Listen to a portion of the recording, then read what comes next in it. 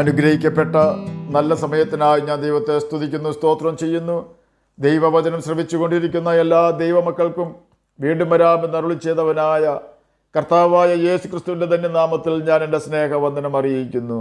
ഇന്നത്തെ അല്പസമയത്തെ ചിന്തയ്ക്കായി 119 സങ്കീർത്തനം 67 വാക്യം നമുക്ക് വായിക്കാം. കഷ്ടതയിലാകുന്നതിന് മുമ്പേ ഞാൻ തെറ്റിപ്പോയി, ഇപ്പോഴോ ഞാൻ നിൻ്റെ വചനത്തെ പ്രമാണിക്കുന്നു. അനുഗ്രഹിക്കപ്പെട്ട ഒരു വേദവാക്യമാണ് നാം കേട്ടത്. ആ സമയത്ത് തന്നെ അവിടെ ഉണ്ടായിരുന്ന ചിലർ പീലാത്തോസ് ചില ഗലീലക്കാരുടെ ചോര അവരുടെ യാഗങ്ങളോട് കലർത്തിയ വർത്തമാനം അവനോട് അറിയിച്ചു. അതിന് അവൻ ഉത്തരം പറഞ്ഞത്, ആ ഗലീലക്കാർ ഇത് അനുഭവിക്കുകയാൽ എല്ലാ ഗലീലക്കാരിലും പാപികളായിരുന്നു എന്ന് നിങ്ങൾക്ക് തോന്നുന്നുവോ? അല്ലല്ല, മാനസാന്തരപ്പെടാഞ്ഞാൽ നിങ്ങളെല്ലാവരും അങ്ങനെ തന്നെ നശിച്ചു പോകുമെന്ന് ഞാൻ നിങ്ങളോട് പറയുന്നു. അല്ല, ശിലോഹാമിലെ ഗോപുരം വീണ് മരിച്ചുപോയ ആ 18 പേർ ജെറുസലേമിൽ പാർക്കുന്ന സകല മനുഷ്യരിലും കുറ്റക്കാരായിരുന്നു എന്ന് തോന്നുന്നുവോ? അല്ലല്ല, മാനസാന്തരപ്പെടാഞ്ഞാൽ നിങ്ങളെല്ലാവരും അങ്ങനെ തന്നെ നശിച്ചു പോകുമെന്ന് ഞാൻ നിങ്ങളോട് പറയുന്നു. ലൂക്കോസിൻ്റെ സുവിശേഷം 13 അധ്യായം 1 മുതൽ 6 വരെയുള്ള വാക്യങ്ങളാണ് നാം കേട്ടത്. പീലാത്തോസിനാൽ കൊല്ലപ്പെട്ടവർക്കും ഗോപുരം വീണ് മരിച്ചു പോയവർക്കും അവരുടെ ജീവിതത്തിൽ സന്തോഷത്തോടെ ജീവിച്ചിരുന്ന സമയങ്ങൾ ഉണ്ടായിരുന്നു. ആ മരിച്ചവർ എല്ലാവരും ഇസ്രായേൽ ഗോത്രങ്ങളിലുള്ളവർ ആയിരുന്നു. അവരെല്ലാവരും അവരുടെ 12ാമത്തെ വയസ്സിലെത്തുമ്പോഴേക്കും ന്യായപ്രമാണത്തെക്കുറിച്ച് നല്ല അറിവ് സമ്പാദിച്ചവരായിരുന്നു. എങ്കിലും അവർ ആരും ന്യായപ്രമാണം അനുസരിച്ചില്ല എന്ന് യേശു സൂചിപ്പിക്കുന്നുണ്ട്. മാനസാന്തരപ്പെട്ടില്ലെങ്കിൽ നിങ്ങളെല്ലാവരും അവരെ പോലെ നശിച്ചു പോകും എന്ന പ്രസ്താവനയിൽ അവർ നശിച്ചു പോയി എന്ന് സൂചിപ്പിക്കുന്നുണ്ട്. അവർ നശിച്ചു പോയി എന്നാൽ മരിച്ചുപോയി എന്നല്ല അർത്ഥം. സ്തെഫാനോസ് കല്ലേറുകൊണ്ട് മരിച്ചല്ലോ, എന്നാൽ അവൻ പോയത് യേശുവിൻ്റെ അടുക്കിലേക്കായിരുന്നു. നശിച്ചുപോയി എന്ന് യേശു സൂചിപ്പിച്ച ഗലീലക്കാരും യെരുശലേം നിവാസികളും മരിച്ചു കഴിഞ്ഞതിന് ശേഷം നേരെ ചെന്നത് യാതനാ സ്ഥലത്തേക്കായിരുന്നു എന്ന് സാരം. മരിച്ചതിന് ശേഷം മരിച്ച മനുഷ്യരുടെ ആത്മാക്കൾ ശുദ്ധീകരണ സ്ഥലത്ത് എത്തുമെന്നും ആ ആത്മാക്കൾക്ക് വേണ്ടി ഭൂമിയിലുള്ള വ്യക്തികൾ പ്രാർത്ഥിച്ചാൽ ദൈവം അവരെ ശുദ്ധീകരിച്ച് സ്വർഗത്തിൽ കൊണ്ടുപോകുമെന്നുള്ള പഠിപ്പിക്കലുകൾ ബൈബിളിലുള്ളതല്ല. ആ യാഥാർത്ഥ്യം മനസ്സിലാക്കുവാൻ ലൂക്കോസിൻ്റെ സുവിശേഷം 16 അധ്യായം 19 മുതൽ 31 വരെയുള്ള വാക്യങ്ങൾ നാം മനസ്സിരുത്തി മുൻവിധിയില്ലാതെ വായിച്ചാൽ മാത്രം മതിയാകും. നമുക്കത് മനസ്സിലാക്കുവാൻ കഴിയും. ആകയാൽ ബൈബിൾ വായിച്ച് യേശു അതിൽ എഴുതിപ്പിച്ചിരിക്കുന്ന കൽപ്പനകൾ അനുസരിച്ച് ജീവിച്ചിരിക്കുമ്പോൾ തന്നെ മാനസാന്തരപ്പെട്ട് യേശുവിൻ്റെ ആത്മാവിനെ പ്രാപിക്കേണ്ടതാകുന്നു. ക്രിസ്തുവിൻ്റെ ആത്മാവില്ലാത്തവൻ അവനുള്ളവനല്ല എന്ന് റോമർക്ക് എഴുതിയ ലേഖനം 8 അധ്യായം 9 വാക്യത്തിൽ രേഖപ്പെടുത്തിയിരിക്കുന്നു. നാം മാനസാന്തരപ്പെടാതെ മരിച്ചാൽ നമ്മിലുള്ള പാപനിമിത്തം മരണം നമ്മെ പിടിച്ചു വയ്ക്കുമെന്ന് ബൈബിൾ നമ്മെ പഠിപ്പിക്കുന്നുണ്ട്. മരണത്തിന് യേശുവിനെ പിടിച്ചു വയ്ക്കുന്നത് അസാധ്യമായിരുന്നു. അപ്പോസ്തലപ്രവൃത്തികൾ 2 അധ്യായം 24 വാക്യത്തിൽ ഇത് രേഖപ്പെടുത്തിയിരിക്കുന്നു. യേശുവിൽ പാപമില്ലാത്തതാണ് അതിന് കാരണം. നമ്മിൽ പാപമുണ്ടെങ്കിൽ മരണം നമ്മെ പിടിച്ചു വയ്ക്കും, തീർച്ച. ബൈബിൾ എഴുതിയത് മനുഷ്യരാണെങ്കിലും അതിൻ്റെ പിന്നിൽ പ്രവർത്തിക്കുകയും മനുഷ്യരെ കൊണ്ട് എഴുതിപ്പിക്കുകയും ചെയ്തത് പരിശുദ്ധാത്മാവാണ്. ആ യാഥാർത്ഥ്യം ബൈബിൾ തന്നെ സാക്ഷ്യം പറയുന്നുണ്ട്. തുടക്കം മുതൽ അവസാനം വരെ തുടർച്ചയായി ബൈബിൾ വായിക്കുന്ന ഏതൊരാൾക്കും ബൈബിൾ ദൈവാത്മാവിനാൽ എഴുതിയതാണെന്ന് മനസ്സിലാകും. സഭയുടെ നാഥനാണ് കർത്താവായ യേശു ക്രിസ്തു. അവൻ സഭയുടെ ആത്മീക വർധനയ്ക്കാണ് ബൈബിൾ തന്നത്. ബൈബിൾ സഭയല്ല, സഭയുടെ നാഥനാണ് തന്നത് എന്ന് ഞാൻ വീണ്ടും പ്രസ്താവിക്കുകയാണ്. ഓർക്കുക, നാം വഞ്ചിക്കപ്പെടരുത്. 40-ലധികം എഴുത്തുകാർ 1500 വർഷങ്ങൾ കൊണ്ട് എഴുതി തീർത്ത 66 പുസ്തകങ്ങളുടെ സമാഹാരമായ ബൈബിൾ ഒരു എഴുത്തുകാരനാൽ എഴുതിയതുപോലെ ഇരിക്കുന്നതും എല്ലാ പുസ്തകങ്ങളും തമ്മിൽ അംഗീകരിക്കുന്നതും മനുഷ്യഹൃദയങ്ങളെ പാറ പോലെ കഠിനമായ ഹൃദയങ്ങളെ തന്നെ അലിയിപ്പിക്കുന്നതുമാണ്. മറ്റുള്ള ഏത് പുസ്തകം വായിച്ചാലും ആരും മാനസാന്തരപ്പെടുകയില്ല എന്ന് നാം മനസ്സിലാക്കണം.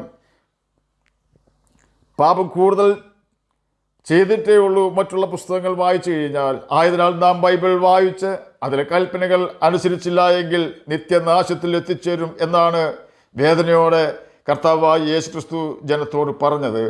അത് നമുക്കും കൂടി ഉള്ള സന്ദേശമാണെന്നുള്ള യാഥാർത്ഥ്യം നാം മറന്നു പോകരുത്. വളരെ അനുഗ്രഹിക്കപ്പെട്ട ഒരു ബാലനായിരുന്നു ദാവീദ്. അവസരം കിട്ടുമ്പോഴല്ല, എല്ലാ സമയത്തും അവസരമുണ്ടാക്കി ദൈവത്തെ പാടി സ്തുതിക്കുന്നവനായിരുന്നു ദാവീദ്. ശൗലിൻ്റെ അഭിഷേകം നഷ്ടപ്പെട്ടപ്പോൾ ദൈവം ദാവീദിനെ അഭിഷേകം ചെയ്തു.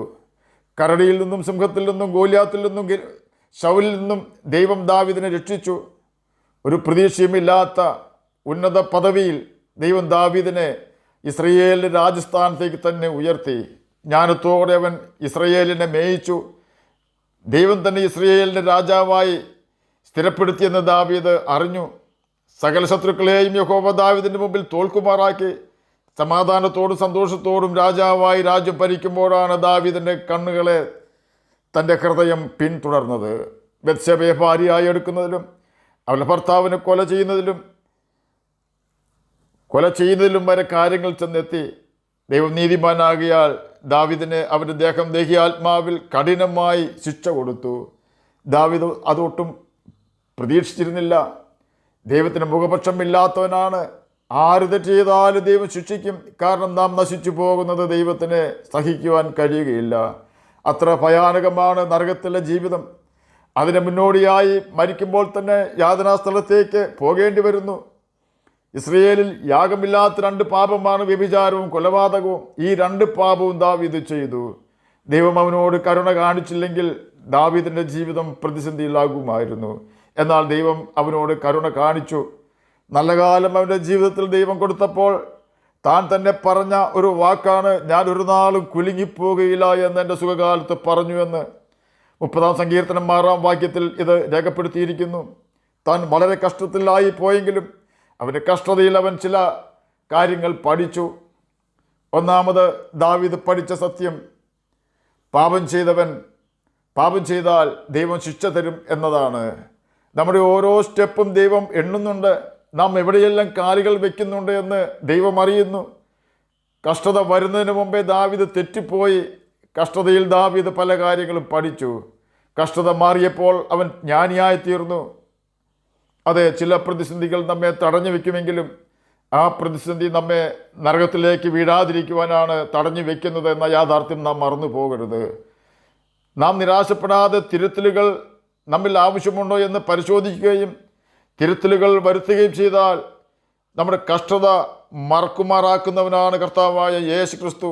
മനസ്സോടെയല്ലല്ലോ അവൻ മനുഷ്യപുത്രന്മാരെ ദുഃഖിപ്പിച്ച് വ്യസനിപ്പിക്കുന്നതെന്ന് വിലാപങ്ങളുടെ പുസ്തകം 3-ാം അധ്യായം 33-ാം വാക്യത്തിൽ രേഖപ്പെടുത്തിയിരിക്കുന്നു. നാം ദൈവത്തിൻ്റെ വിശുദ്ധി പ്രാപിക്കുവാൻ ദൈവം നമ്മെ ശിക്ഷിച്ചാലും ആ ശിക്ഷ ദൈവത്തിൻ്റെ വചനം പഠിക്കുവാൻ നമുക്ക് മുഖാന്തരമാക്കി കർത്താവ് തീർക്കും. ദാവീദിൻ്റെ തെറ്റുകൾ മൂലം അവൻ കഷ്ടതയിലായി എന്ന് താൻ തന്നെ പറയുന്നുണ്ട്. നാം പാപം ചെയ്താൽ നാമും ശിക്ഷിക്കപ്പെടും എന്ന ഒരു മുന്നറിയിപ്പ് ഈ ഭാഗത്ത് കർത്താവ് നമുക്ക് തരുന്നുണ്ട്. കഷ്ടതയിലാകുന്നതിന് മുമ്പ് ദാവീദ് തെറ്റിപ്പോയി എന്ന് താൻ അംഗീകരിക്കുന്നു. നാമും നമ്മുടെ തെറ്റുകൾ അംഗീകരിക്കണമെന്ന് ഈ ഭാഗം നമ്മെ പഠിപ്പിക്കുന്നു. കഷ്ടതയിലാകുന്നതിന് മുമ്പേ ഞാൻ തെറ്റിപ്പോയി, ഇപ്പോഴോ ഞാൻ നിൻ്റെ വചനത്തെ പ്രമാണിക്കുന്നു എന്ന് സങ്കീർത്തനക്കാരൻ പറയുന്നു. നാമും തെറ്റിപ്പോകാതിരിക്കുവാൻ ദൈവത്തിൻ്റെ വചനം പ്രമാണിക്കണമെന്ന് ദൈവാത്മാവ് നമ്മെ ബുദ്ധി ഉപദേശിക്കുന്നു. ദൈവവചനം വായിക്കുമ്പോൾ മാത്രമാണ് നാം എങ്ങനെ ജീവിക്കണമെന്ന് മനസ്സിലാകുന്നത്.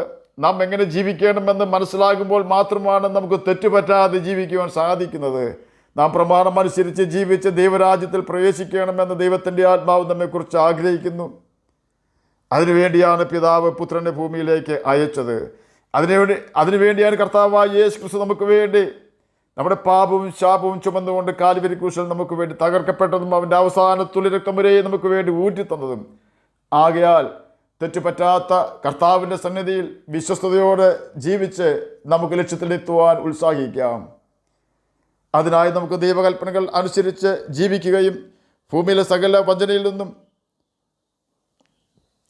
സാത്താൻ്റെ കെണിയിൽ നിന്നും, പാപത്തിൻ്റെ വലകളിൽ നിന്നും രക്ഷപ്പെട്ട് നമുക്ക് നിത്യജീവന് അവകാശികളായി തീരാം. അതിന് കർത്താവ് നമ്മെ സഹായിക്കട്ടെ എന്ന് പ്രാർത്ഥിച്ചുകൊണ്ട് ഞാൻ എൻ്റെ വാക്കുകളൊന്ന് വിരമിക്കുന്നു. നമുക്ക് പ്രാർത്ഥിക്കാം. ഞങ്ങളെ സ്നേഹിക്കുന്ന സ്വർഗീയ പിതാവേ, നല്ല വചനത്തിനായി ഇങ്ങനെ സ്തുതിക്കുന്നു, സ്തോത്രം ചെയ്യുന്നു. എന്നെ കേൾക്കുന്ന ഏതെങ്കിലും പ്രിയപ്പെട്ടവർ പാപത്താൽ കഷ്ടപ്പെടുന്നുവെങ്കിൽ അങ്ങ് അവർക്ക് പാപമോചനം കൊടുക്കുവാൻ തക്കവണ്ണം അങ്ങയുടെ പരിശുദ്ധാത്മാവിനെ അവർക്ക് അയച്ചു കൊടുക്കണമെന്ന് പ്രാർത്ഥിക്കുന്നു. എന്നെ കേൾക്കുന്ന ഏതെങ്കിലും പ്രിയപ്പെട്ടവർ രോഗത്താൽ ഭാരപ്പെടുന്നുവെങ്കിൽ അങ്ങ് അവർക്ക് സൗഖ്യം കൊടുക്കണമേ. പഠിക്കുന്ന കുഞ്ഞുങ്ങൾക്ക് പഠിക്കുവാനുള്ള ബുദ്ധിയും ജ്ഞാനവും ഓർമ്മശക്തിയും കൊടുക്കണമേ. ജോലിയില്ലാത്തവർക്ക് ജോലി കൊടുക്കണമേ. കടഭാരമുള്ളവരുടെ കടഭാരം മാറ്റി കൊടുക്കണമേ. പ്രാർത്ഥന കേട്ടതിനായി സ്തോത്രം. യേശുവിൻ്റെ നാമത്തിൽ തന്നെ ആമേൻ. കർത്താവ് എല്ലാവരെയും അനുഗ്രഹിക്കട്ടെ. സ്തോത്രം.